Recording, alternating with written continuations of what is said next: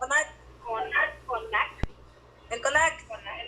Ok, el CONAC, bueno, muy bien, Paola, junto con la parte de la Ley General de la Contabilidad Gubernamental, es la que se manifiesta para estar desarrollando todas estas pautas o todos estos puntos que nos sirven a nosotros para poder visualizar el análisis y sobre todo la reglamentación que existe en cuestión del quehacer de la contabilidad como tal. Por lo tanto, recordemos que habíamos comentado de igual manera que la contabilidad gubernamental va a buscar que los entes públicos de los órdenes de gobiernos dispongan de sus activos, pasivos y de su patrimonio de una forma adecuada que se priorice por una armonización contable y que esté basado en la Ley General de Contabilidad Gubernamental. ¿Por qué? Porque recuerden que la Ley General de Contabilidad Gubernamental les platicaba la clase anterior que tenía un objetivo general. ¿Quién se acuerda, chicos, cuál era este objetivo de la contabilidad gubernamental? Comentaba de armonización. La armonización contable. El censo para llevar y buscar una contabilidad, un objetivo común. Okay, muy bien. No, a ver. A ver, Guillermo, adelante. Pues era básicamente que hubiera transparencia en las acciones de cada estado. Es decir, que si tienen gastos o algún pago o algún cobro que vayan a hacer, que tengan la transparencia de dar sus, por así decirlo, sus recibos en lo que se invierte el dinero de los contribuyentes. Ok, muy bien. Adelante, Alondra. Bueno, lo que yo tengo anotado que entendí de la clase pasada es que su objeto es establecer los criterios generales que regirán la contabilidad gubernamental y la emisión de información financiera de los entes públicos, con el fin de lograr su adecuada armonización. Y que va a estar clasificado en los 3 órganos de gobierno, ¿verdad? Muy bien, Alondra, excelente. Fue Alondra, sí, ¿verdad? Muy bien, Alondra, sí. Excelente. Recuerden que uno de los principales puntos, como bien comentó su compañera Lilia, también es la rendición de cuentas. Que la rendición de cuentas bajo un esquema facilite este registro de la armonización contable y que a través del registro de la armonización, al momento de generar una fiscalización o una, no auditoría, en contabilidad gubernamental se le llama contraloría. Al momento de generar la parte de la contraloría, se pueda observar en dónde se está manifestando cada gasto, cada situación que tenga la contabilidad dentro de este desarrollo. Y también habíamos hablado sobre el CONAC. A ver, ¿quién se acuerda que era el CONAC?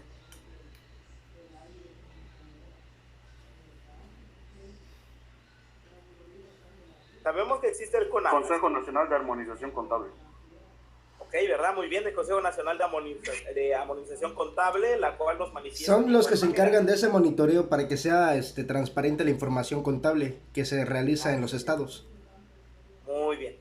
Que se realiza tanto en los estados, ojo, recuerden que está por niveles de los poderes ejecutivos. Recuerden que tanto como municipio, estado y federación, ¿verdad? E incluso ayuntamientos en dado de los casos o cuando estaba la parte del Distrito Federal, para que se pueda visualizar cuáles son esas acciones principales.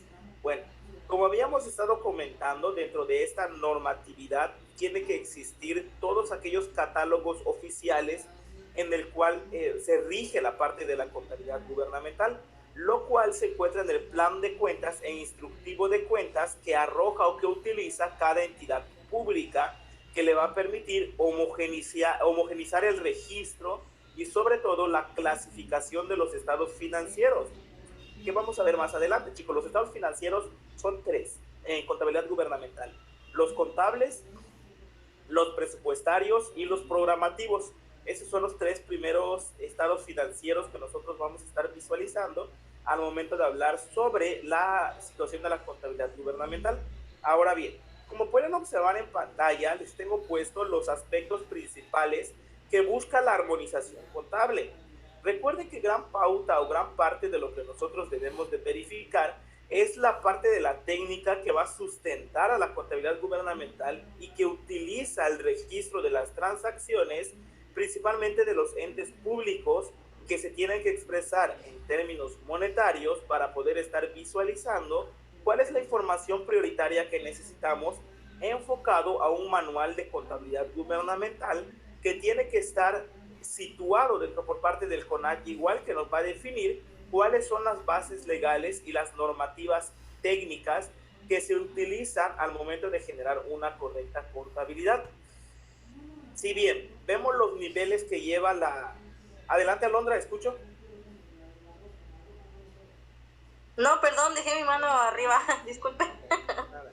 Muy bien. Como estábamos viendo, recuerden que a través de esta situación de la armonización contable debe de llevar pautas, y el primero es visualizar cuál es la importancia del objetivo federal. Recuerden que uno de los principales objetivos que tiene el Ejecutivo Federal es impulsar y generar estas estrategias de la Ley General de Contabilidad Gubernamental para que se apliquen en las demás entidades federativas. Esto es el primer punto que debe de tener la armonización contable, que todo esté adecuado, que sea un registro igual, que tenga beneficios y que se puedan verificar cuáles son las obligaciones contingentes que se están manifestando en el patrimonio del Estado.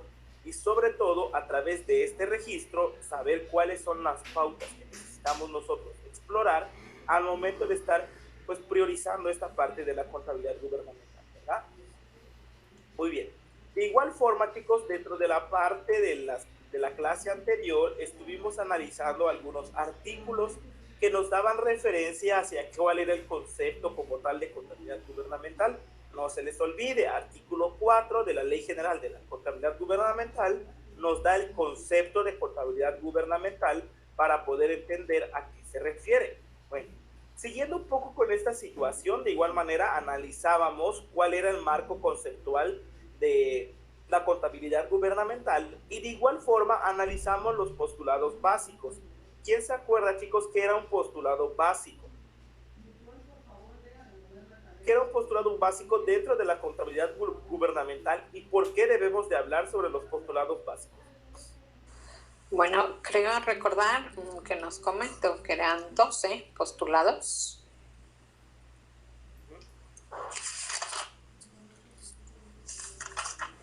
Que era sustancia, el reconocimiento contable, cuál era la acción de entes públicas,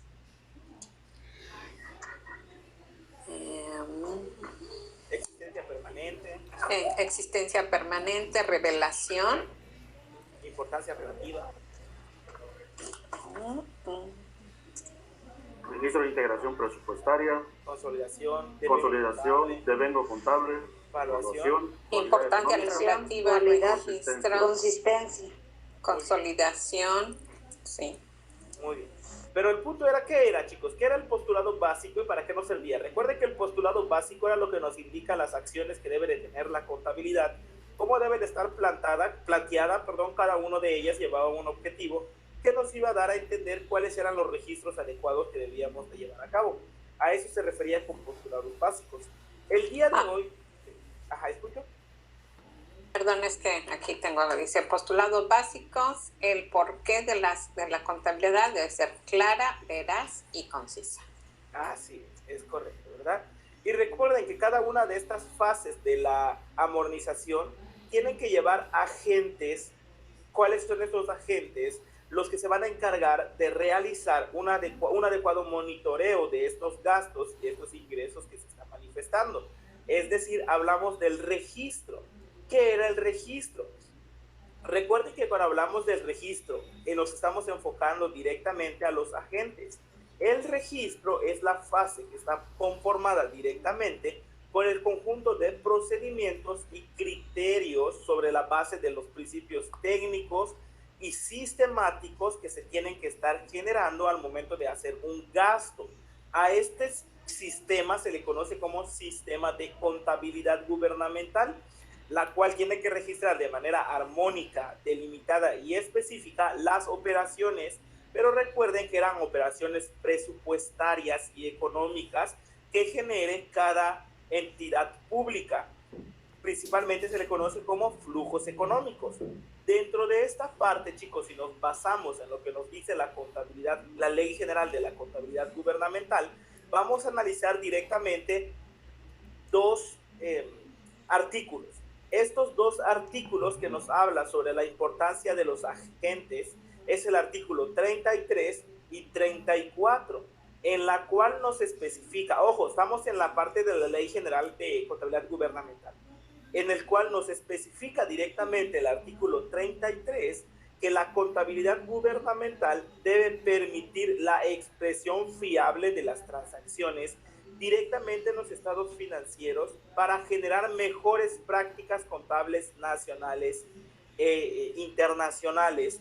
¿Por qué? Porque lo que se pretende realizar al momento de tener estos agentes es planear una adecuación financiera, un control de recursos y un análisis y fiscalización, que es directamente donde entra este organismo de la Auditoría Superior de la Nación, de la Federación. ¿Se acuerdan que la clase anterior les estaba hablando mucho sobre este organismo de la Auditoría Superior de la Nación, de la Federación? ¿Sí se acuerdan que lo estaba comentando bastantito, verdad? Sobre este punto. Profe, muy bien. ¿son estos mismos los que se encargan de impartir ahora sí, los recursos a cada gobierno, ¿no? A cada estado. Según yo, ¿no? ¿Sí? ¿Son esos? Así es. Aquí es correcto. Aquí viene la primera actividad, como bien comentó su compañerito. Dense cuenta que esta Comisión Permanente de Funcionarios Fiscales, Institución para el Desarrollo de Técnicas Hacendarias y Públicas, es como que los que nos van a manifestar las pautas, por decirlo de esta manera. Todo lo que vemos de este lado son los que nos van a priorizar las pautas de acción. Todos los que ven de este lado son los que se van a encargar de cumplir con los lineamientos que se van a estar plasmando. Por lo tanto, aquí viene nuestra primera actividad, ¿va? Vamos a escoger 2 y 2, chicos. 2 del lado izquierdo, 2 del lado derecho. Y vamos a investigar el concepto y la importancia. Con eso, ¿va? No, si tienen computadora, en la computadora. Si están en libreta, en libreta. No hay problema. Va, y ahorita seguimos. ¿Les parece?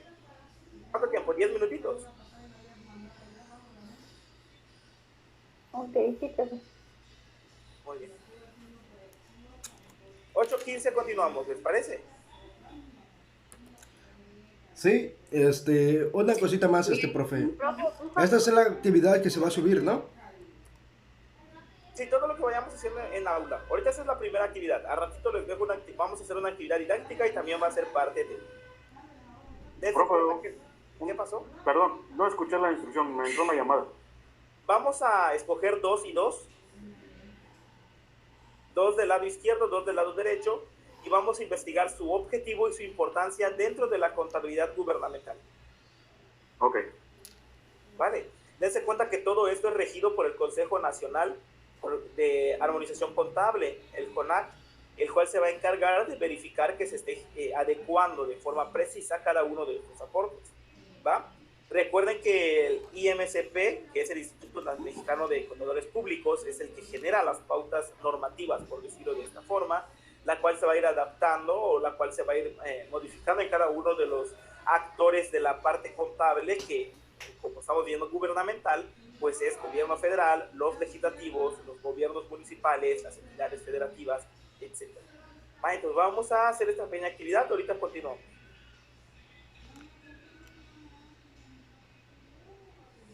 Participación a los municipios y entidades, y sobre todo poder priorizar cuáles son las delegaciones, o sea, cuáles son las responsabilidades delegadas a cada uno de estos factores, a cada uno de estos involucrados dentro del aspecto fiscal. Por eso se llama funcionarios fiscales, verificar toda la parte del análisis fiscal, etcétera. Maestro, perdón, es como, o sea, quien se encarga de ver la parte operativa o qué le corresponde a cada quien. Muy bien, así es, pero directamente deber aplicar la ley de coordinación fiscal. Esta es lo que se encarga, como que de verificar y conciliar todo lo que le corresponde a cada organismo político, pero solamente en el ámbito fiscal. De eso se encarga. Parte de impuestos. Ah, ok, gracias. De ingresos, sí, referente a eso. Esa es la Comisión Permanente de Funcionarios Fiscales. Luego tenemos del otro lado el instituto, sí es, ¿verdad? A ver, vamos a verificar. Sí, el Instituto para el Desarrollo Técnico de las Haciendas Públicas. ¿Qué logramos analizar de esta, chicos? ¿Alguien logró buscar algo?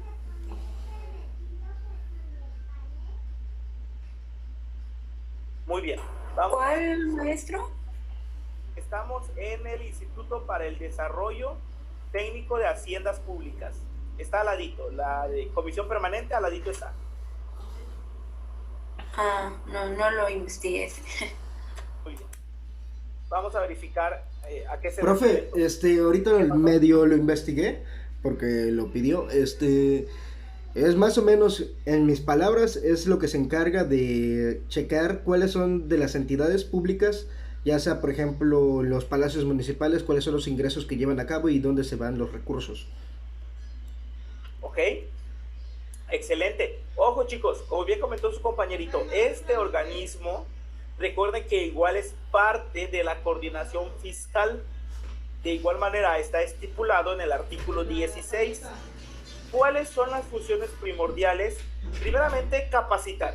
Por eso se llama instituto, porque busca la capacitación de los funcionarios fiscales, de los que van a realizar la Comisión Permanente de Funcionarios Fiscales. El instituto se encarga de capacitarlos, así como actuar como consultores dentro de la parte de la hacienda pública y realizar los estudios e investigaciones fiscales.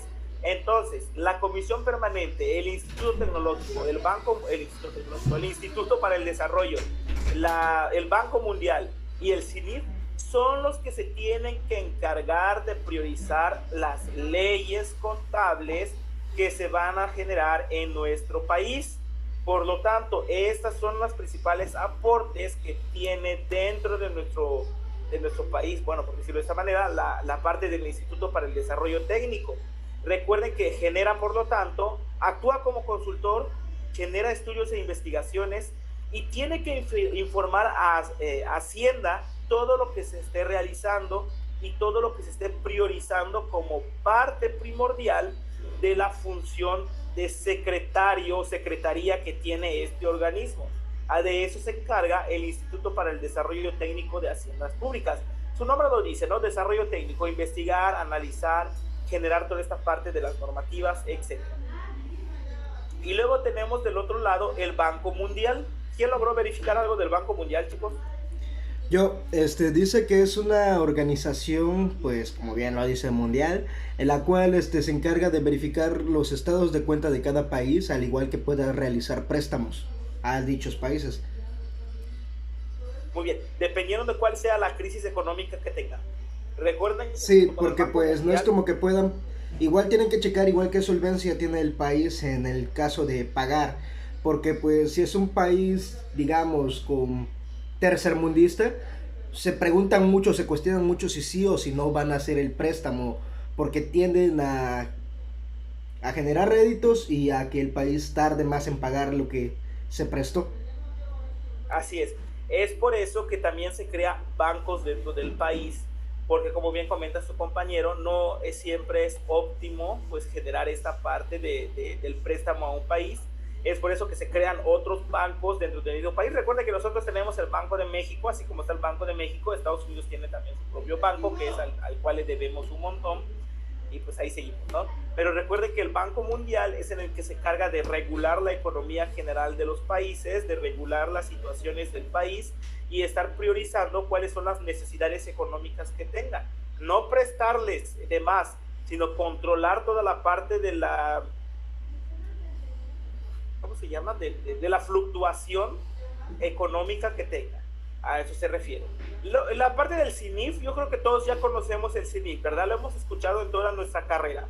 ¿Alguien que quiera comentar algo del CINIF, chicos?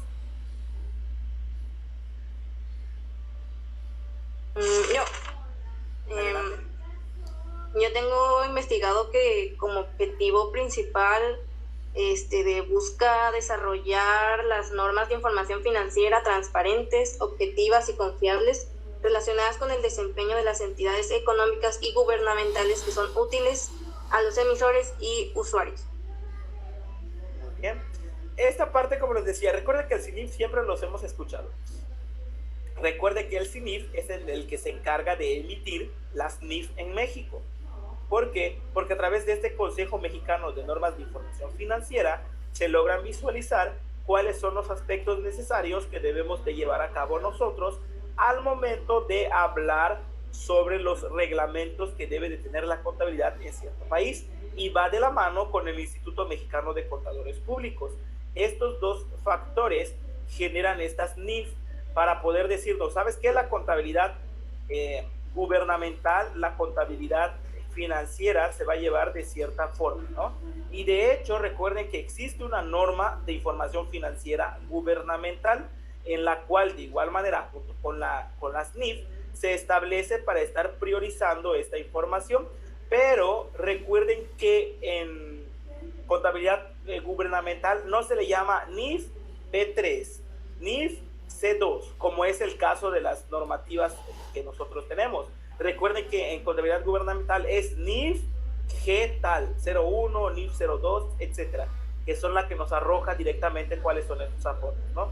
Bueno, ya sabemos cuáles son, generan las normas de información financiera, conjunto con el Instituto Mexicano de Contadores Públicos, que es el que se encarga de investigar toda esta parte del desarrollo de la armonización contable, con un enfoque prioritario con la parte fiscal que nos manifiesta la Comisión Permanente, y las ASOFIS, que son la Asociación de Organismos de Fiscalización y Control Gubernamental. Ahora sí, como decirlo de esta forma, es el papá de los pollitos, por decirlo. Las ASOFIS son aquellas que regulan y certifican el trabajo público de las organizaciones.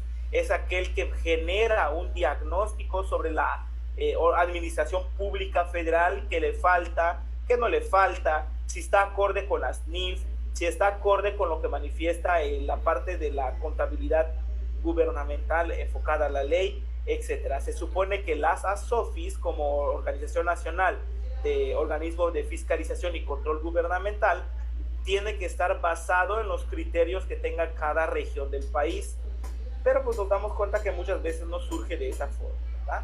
Bueno, a eso se refiere con las ASOFIS. Esos son los puntos principales que nosotros conocemos, pues son esas aportaciones, ¿no?, que nosotros vamos a estar visualizando para poder generar todas aquellas normativas legales para estructurar una correcta organización contable, una correcta fiscalización de todo lo que se está gastando, de todo lo que tenemos como parte de un presupuesto reglamentario de cierto lugar, ¿va?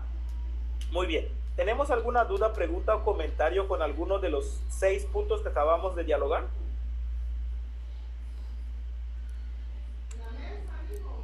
No. Muy bien. Nos pasamos en Yo el creo otro. que hasta ahorita no sé. Tengo Adelante, adelante. En cuanto al IMCP, el Instituto Mexicano de Contadores Públicos, en ese, ¿quiénes se pueden inscribir?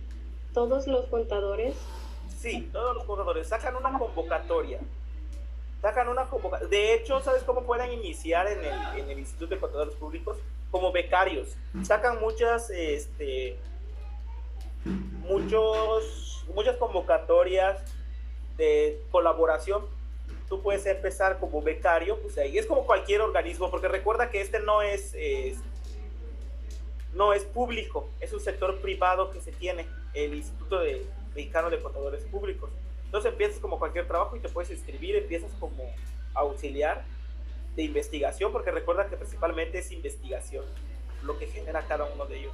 Sí, cualquier persona se puede inscribir, contador, auditor o contralor, dentro de esta parte. Ok, profe, gracias. Pero dicen que yo tengo un amigo que está allá y dice que sí es pesadito cuando se tiene que hacer fiscalizaciones, todo eso. Yo no me metería, pero porque pues yo soy más de otra rama. A los que les gusta la investigación, pues sí. Pero por ejemplo a mí no como que no soy muy afín a la investigación. Muy bien, bueno. Entonces ya tenemos, no se les vaya a olvidar, estos 6 que vimos de este lado son los que nos van a manifestar normativas de actuación contable, ¿va?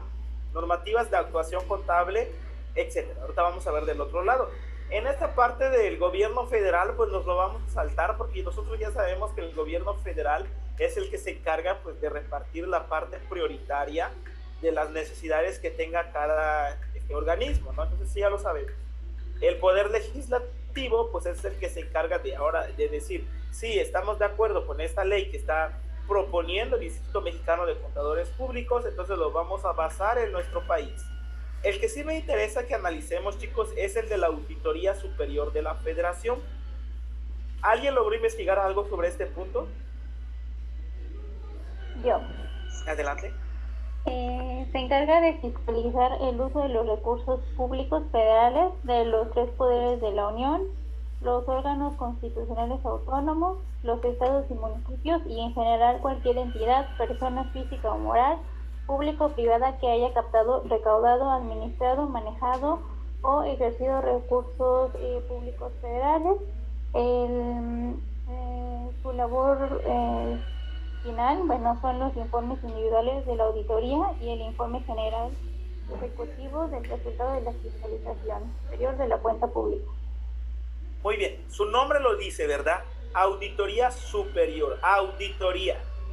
La parte de la auditoría ya nos está dando como que la pauta de lo que nosotros tenemos. Recuerden, por lo tanto, que como nos acaba de comentar la compañerita, la parte de la auditoría superior pues tiene un rubro que lo acompaña, que es la Ley de Fiscalización Superior, la cual se va a encargar de establecer estos criterios de revisión y fiscalización, los cuales se van a centrar en convenios ya que tengan plasmado las entidades federativas para poder evaluar los objetivos y los metas. Recuerden que principalmente van a evaluar objetivos y metas de dónde el recurso que se les brindó se está utilizando, por qué se está utilizando de ese lado, cuáles son los principales rubros que necesitamos mejorar, por decirlo de esta manera, así como evaluar el avance y la gestión financiera y las responsabilidades e imponer sanciones si es el caso, si no se está cumpliendo adecuadamente la ley. Su nombre lo dice, auditar,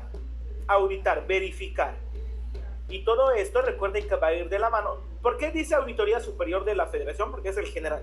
¿Quién se encarga de acompañarlo? La Secretaría de Hacienda de Crédito Público dentro de las entidades federativas y hasta el último, el Convenio Nacional de Hacendaria, que son todos aquellos reglamentos de igual manera, pero ahorita es para verificar cómo se está llevando a cabo ese gasto, ese ingreso. El anterior que analizamos, o los otros 6 que comentamos, son para poder dar las pautas de acción. El otro es cómo se está llevando, ¿no? Entonces, estos son los 2 rubros de los agentes del proceso de armonización contable que nosotros debemos de estar visualizando.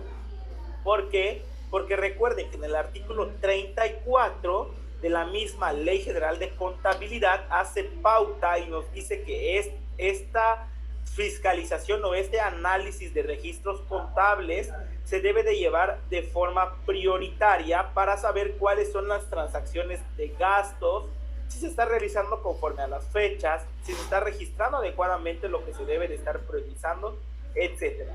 A eso se refiere, o esas son las principales pautas o aspectos que tenemos. Hasta aquí, chicos, ¿tenemos alguna pregunta, alguna duda? Si no, para seguir en la siguiente diapositiva. No, profe. Todo bien. Muy bien. Bueno, dentro de este punto, muchachos, como podemos estar observando, dentro del proceso de armonización contable, tenemos que verificar las principales pautas de la coordinación en procesos internos. Dense cuenta que todo esto va de la mano con la reforma administrativa, así como hubo una reforma hacendaria que se empezó a modificar todos estos puntos que se tenían que estar generando dentro de la parte contable. De igual manera se realizó una reforma administrativa que nos habla de cómo se va a hacer la coordinación en procesos internos. Eso vamos a dialogar como de manera rápida, ¿va? Nos habla que está manifestado por medio de la contratación, la parte de nóminas y liquidaciones, porque recuerden que los servidores públicos de igual manera tienen que generarse con el pago del ISR. Punto para que me diga cómo se le llama a esos ingresos que obtienen los servidores públicos. Lo vimos en físicas, no me dice que no.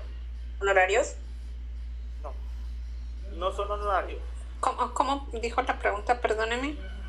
¿cómo se le llama al ingreso que reciben los servidores públicos? Es por eso que se llama reforma administrativa, porque empezamos con todas las prestaciones y con todas las obligaciones que tiene cualquier asalariado.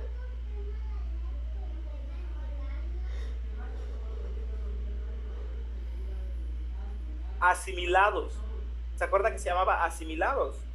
Nosotros como docentes... Asimilado a salarios. Así es. Nosotros como docentes, bueno, yo que soy de pública, cuando yo recibo salario y tengo que pagar el ISR, nosotros tenemos algo que se llama... se me fue su nombre, apenas lo pagué en junio y se me fue su nombre. A ver.